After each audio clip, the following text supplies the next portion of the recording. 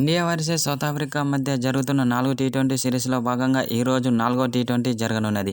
అయితే ఇప్పటి వరకు 2-1తో ముందంజలో ఉంది టీమిండియా. అయితే ఈరోజు జరిగే మ్యాచ్‌లో ఎలాగైనా విజయాన్ని సాధించి సిరీస్‌ను సొంతం చేసుకోవాలని చూస్తుంది.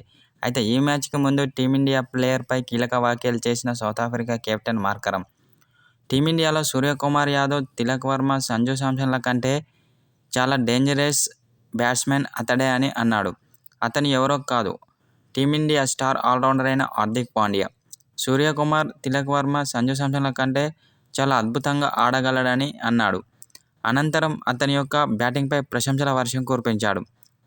హార్దిక్ పాండ్యా బ్యాటింగ్లోనే కాకుండా ఫీల్డింగ్లోనూ, అటు బౌలింగ్లోనూ చాలా అద్భుతంగా రాణించగలడని అన్నాడు. టీమిండియాలో ఇతనొక అద్భుతమైన ఆల్రౌండర్ అని ఓ సోషల్ మీడియా ద్వారా తెలిపాడు. అయితే ఈరోజు జరిగే మ్యాచ్లో హార్దిక్ పాండ్యాను తక్కువ అంచనా వేయకూడదు. ఈరోజు జరిగే మ్యాచ్లో అతన్ని ఎంత త్వరగా అవుట్ చేస్తే అంత మంచిదని సౌత్ ఆఫ్రికా కెప్టెన్ మార్కరమ్ తెలిపాడు.